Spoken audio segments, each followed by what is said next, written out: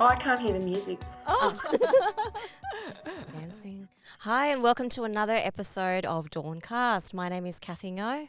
And I'm Di Lee. And today we have Kristal Kinsela-Christie joining us from Port Macquarie, the nice, relaxing town of Port Macquarie. Thank you for joining us, Kristal.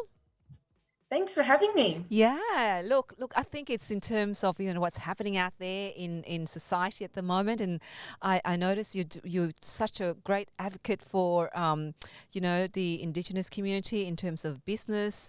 You're a proud Aboriginal role model, and owner of the, managing director of the Indigenous Professional Services. So I thought, look, I'd just love to get you on because seems like we don't hear much in the media in terms of the various communities that have been impacted by COVID-19. And I know that you've been just working so hard in that space. Tell us, how is it impacting the Indigenous community? Yes, it definitely is. So the Indigenous business community is actually quite a vibrant and diverse business community. There are approximately 12,000 Indigenous businesses across Australia, and a lot of them, the demographic is mostly small to medium enterprises. There are some larger companies, and government and corporate Australia are our biggest buyers, and that's because of the introduction of the Indigenous procurement policy. And also in corporate sector, Business Council of Australia has also set some targets. So for a lot of small businesses, for a lot of Indigenous businesses being small businesses, we've seen a massive freeze up and a stop on procurement. So while government's sorting out its response to COVID-19, it's put a freeze on new procurements in a lot of areas. And so, that stops a pipeline of work that flows to Indigenous businesses. So for my business in particular, we do a lot of face-to-face delivery, and a lot of engagements got postponed, a lot of engagements got cancelled. And for me, that had a really severe impact on obviously my revenue forecast. And it has meant that I've had to, reduce costs, which includes obviously reducing staffing numbers. And so, that's never a nice thing to do, but it's happening quite a lot. My business is not alone. I'm talking to a lot of Indigenous businesses that are going through the same thing where, they had work and it's just, been postponed or put on hold. So in terms of the stimulus package that the government has just announced, are Indigenous businesses able to tap into that? Yeah, like every other business, obviously, there's an eligibility criteria for you have to be able to demonstrate certain criteria to be eligible, and a lot of it is reductions in not having to pay as you go tax, which does have benefit, but I think in the short term, cash is gold at the moment, and so having an active revenue stream and being able to forecast future revenue is critically important. When the government announced the JobKeeper wage subsidy, we thought that was something as well that would be really ideal, obviously, to help keep staffing numbers at what they are, which is obviously of great benefit. But I think for me, and what I've been advocating really strongly is around, these stimulus is fantastic. They're great. They help. But why not just keep the door open to procurement? You've still got to operate, and government's one of the most largest buyers. They spend $50 billion a year. Keep your procurement flowing, because then that will keep a pipeline of work for Indigenous businesses. And in terms of when you're talking about keeping procurement open, what is that? What kind of procurement are you asking the government to keep open? Whatever they usually buy. So federal government departments and portfolios, they have an annual procurement plan. So they forecast a year in advance of what they're going to procure. So we're just saying, continue with your plans around whatever you are going to purchase for the year. I mean, even though they've gone to a lot of remote working now across different departments, obviously to meet the social distancing requirements. Yeah. They've still got to, operate as an organisation. So, you still require staff training. You should still purchase that. Staff still need stationery at home. That doesn't mean you stop buying stationery. I think whatever was existing, continue on with. I mean, the only challenge at the moment is where if you're a service provider of things that are face-to-face and we have those restrictions. So everything else should be still going, guns blazing ahead. And so how are you progressing in that with that conversation with the various, obviously, people, government agencies that requires procurement from your business or Indigenous businesses? Yeah, look, I'm just talking to government departments about is just don't freeze, keep moving, and let's try and work in new ways. And I have had some success where I have managed to be able to talk to different organisations and government departments and get them to come on the journey with us and say, okay, look, we used to do that face-to-face. Now we're going to jump on and do it virtually via Zoom. Let me pilot it and show you just exactly how it works. And by giving them a taste of what can happen in an online virtual environment, they're more and more going, actually we can do that. So for instance, I had an opportunity that I'm still in a tender process for, but it was to do some stakeholder engagement.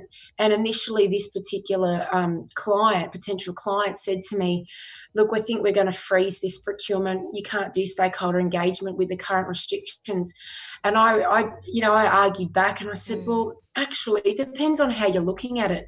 If you think about where a lot of people are spending a lot of time at the moment, it is online. It is through social media. Yep. And I do believe that we can change the stakeholder engagement model to be an online virtual model, utilising various tools such as FaceTime, Messenger, Facebook, and Zoom to be able to get you the same result, but just using different vehicles. And they were really, really receptive to it when I gave them a model, and they said, okay, we're gonna continue with this procurement, and we're going to get you to we're going to scope up that particular piece of work and get you to quote for that. So I was like, yes, winning. So if we can get more and more other organisations and governments and corporates to do the same thing, and it really is just being really open-minded and going, okay, this is the new norm, this is the way we've got to operate, let's just try to do something different.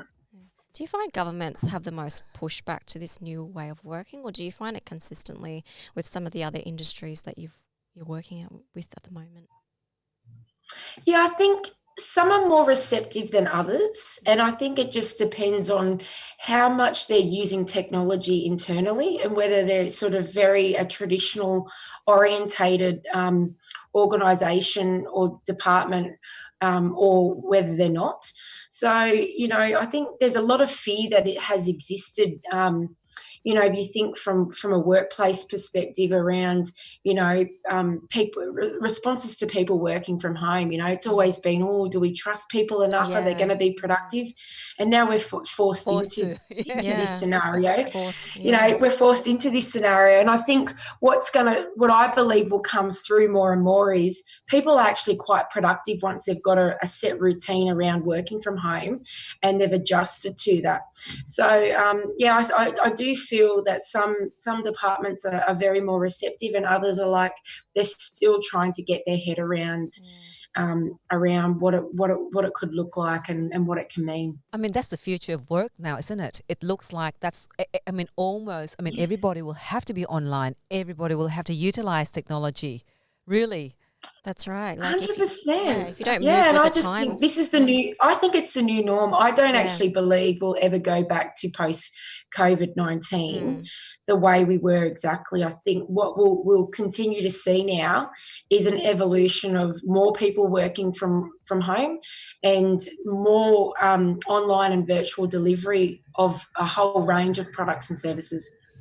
Because you're talking about all those government agencies being traditional. Surely this is the moment where they have to seize the moment and actually ensure that they transform the way that they work and operate.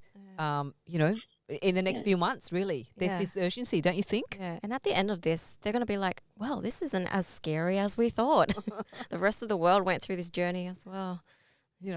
Exactly, we're all in it together. And I think once people get really comfortable with this sort of people working more remotely, I think we will start to I think it'll just start to flow. I mean, I think probably one of the challenges people will start to grapple with is managing teams and building relationships from a remote point of view, because you miss that kind of the office banter, and when people are right directly in front of you.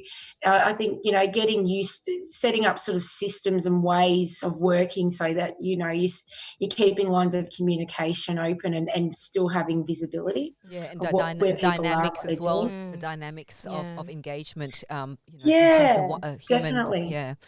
How does the Aboriginal community feel about the whole coronavirus? What's their response to that? Could you just ask that question again, sorry? How does the Aboriginal community feel about coronavirus, the COVID-19? What's their perspective on that? I think everybody's taking the coronavirus very, very seriously. If you think about the life expectancy of the average Aboriginal or Torres Strait Islander person, we live a shorter life, So if I think in my family alone, my maternal grandparents, both passed away in their 60s. And so what we've seen is, a number of the fatalities are people that are of an age. And so for Indigenous people across Australia, we're very fearful if the virus is to get into our remote and regional communities, because we have a lot of older people, and we're scared that it could in fact wipe out whole communities, where you've got a lot of people who also have very poor health as well in some circumstances. So, there's been a lot of investment in the health sector for Indigenous people, but we still are quite disadvantaged in that respect. So we have a lot of chronic illnesses.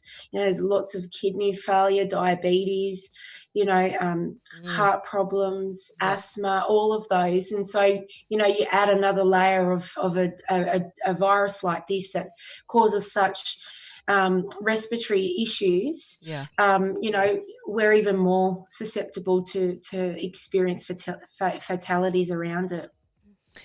Have you heard of any, Indigenous person who've had COVID-19 yet, or in the community? Have you heard anything?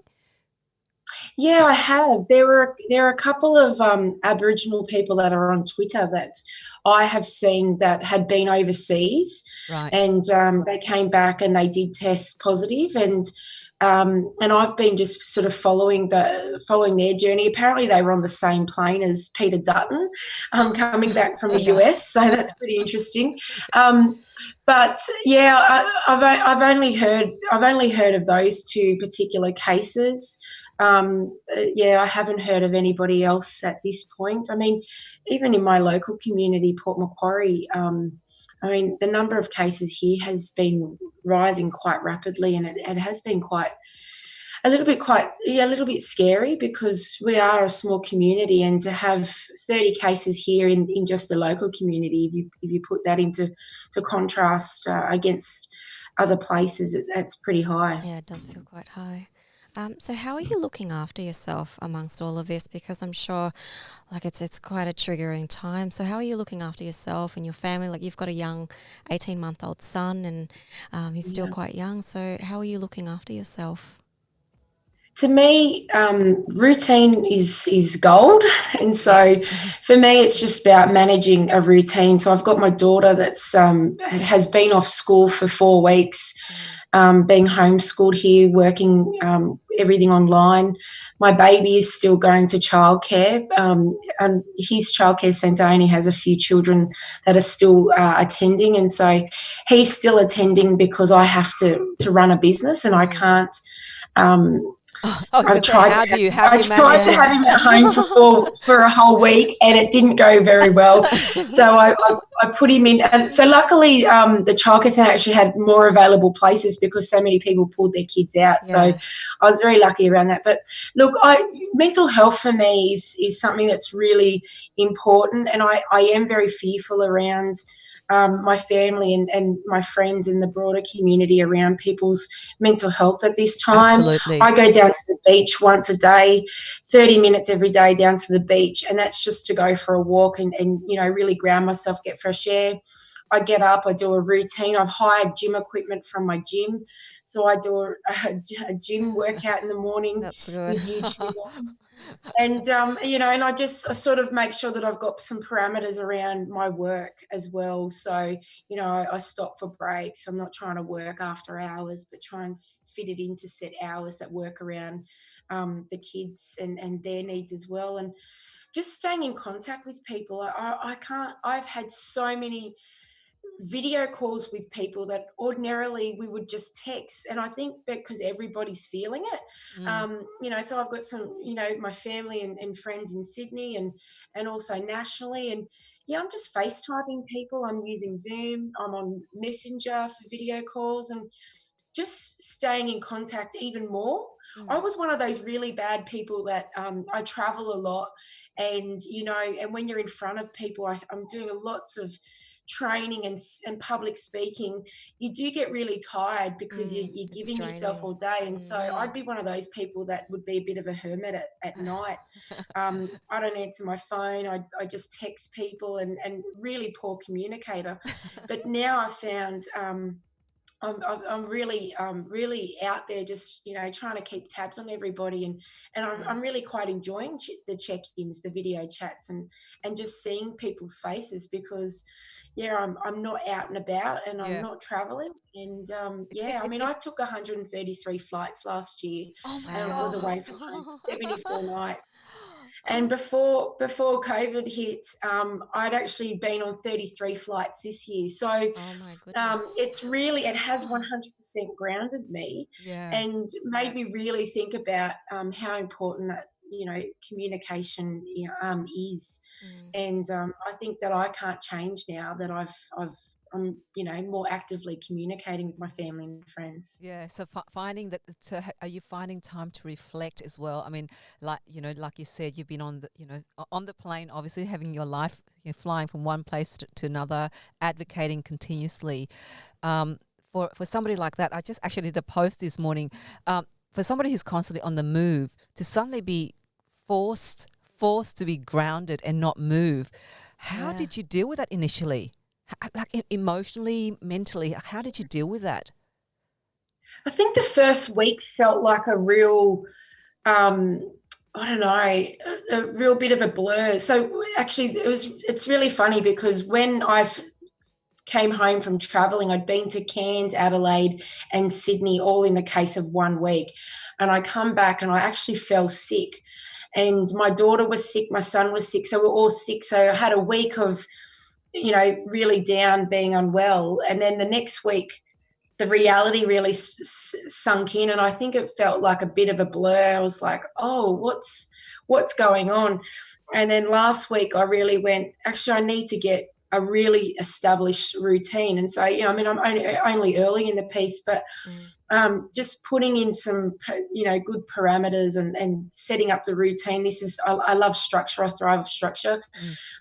Has really helped me just keep a real level head. But I think being sick for a week, then going, oh gosh, what's going on? I mean, I felt like I was on a bit of a roller coaster, and for me, I just reached out to people that are good, solid mentors of mine, and just talked through how I was feeling.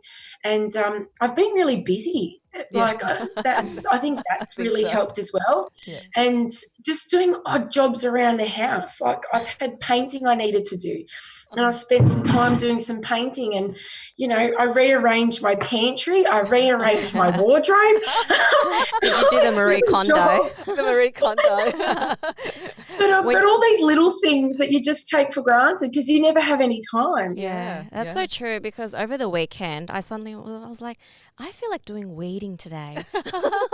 So I was just with my gloves and shears and everything, just started weeding, and it just felt so therapeutic for an odd reason. And I never do all that kind of stuff. So, and like people just suddenly find, things that they've never actually been aware of before. Things they want to do as well. Like I want to always walk, right? I've always said I love walking, but I just was been so busy, so I don't have time to walk. So over the weekend, I actually, each day I walked around, with my son and for about an hour, and I thought this is so nice, But it took me time to kind of really think, oh, this is actually might be the norm now, that you have to find that, that you have that time to walk for 1 hour with your family. So, Definitely.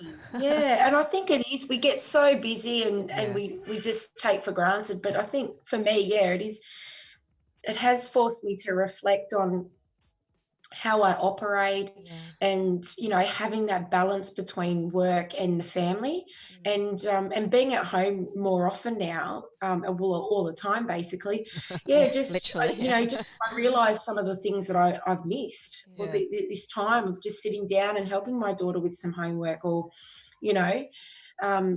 bathing the baby, so I've been away pretty much every second week.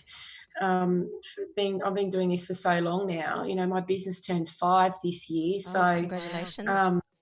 You get into set ways and behaviours. So I don't think I'll ever go back to that old way of operating. Okay, really? So you're thinking that already? Are you? You kind of already? Yeah.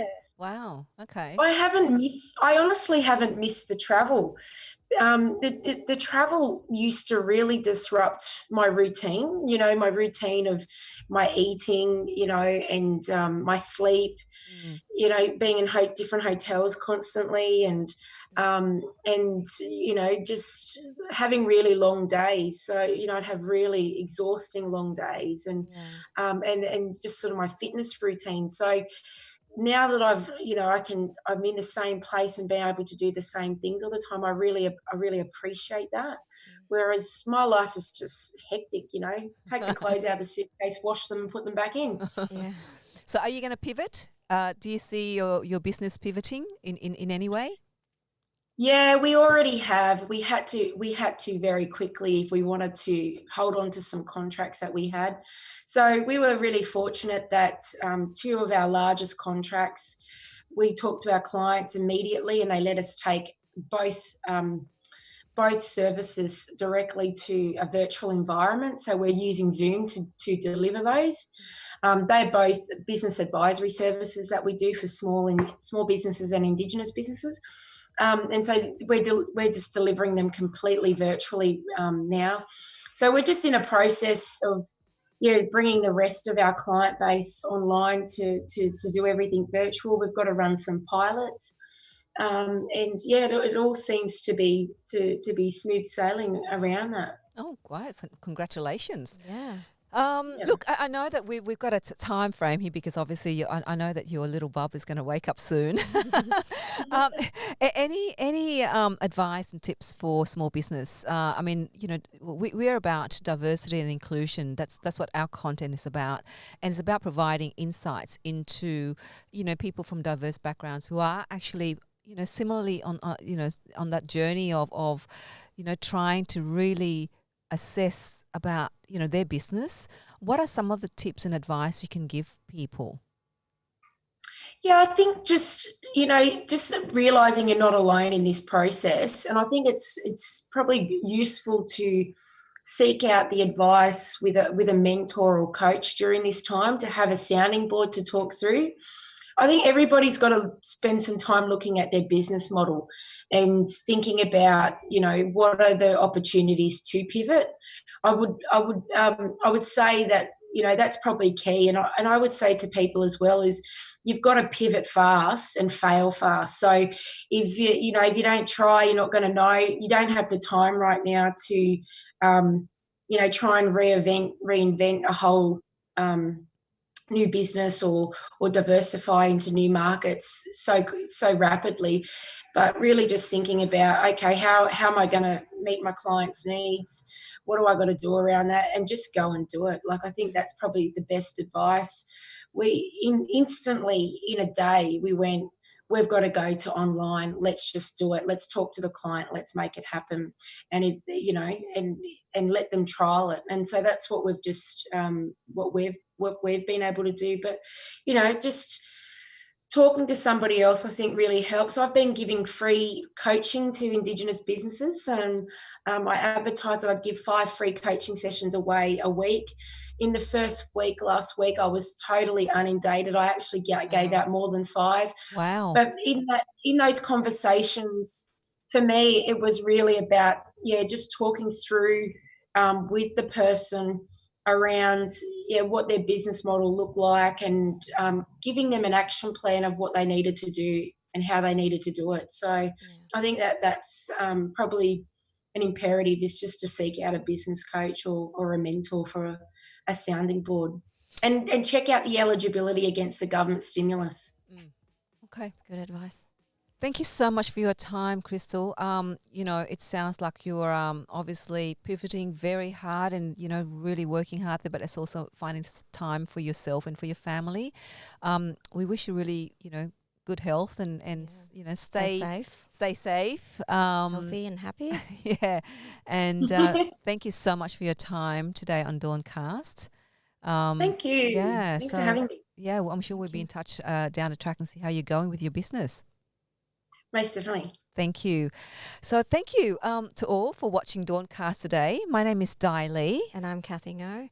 Thank you for watching, and don't forget to subscribe to our channel so that we can see more fabulous content like this. And we're always keen to hear and learn about your story. So get in touch with us. We'd love to hear from you. See you then. Bye. See you.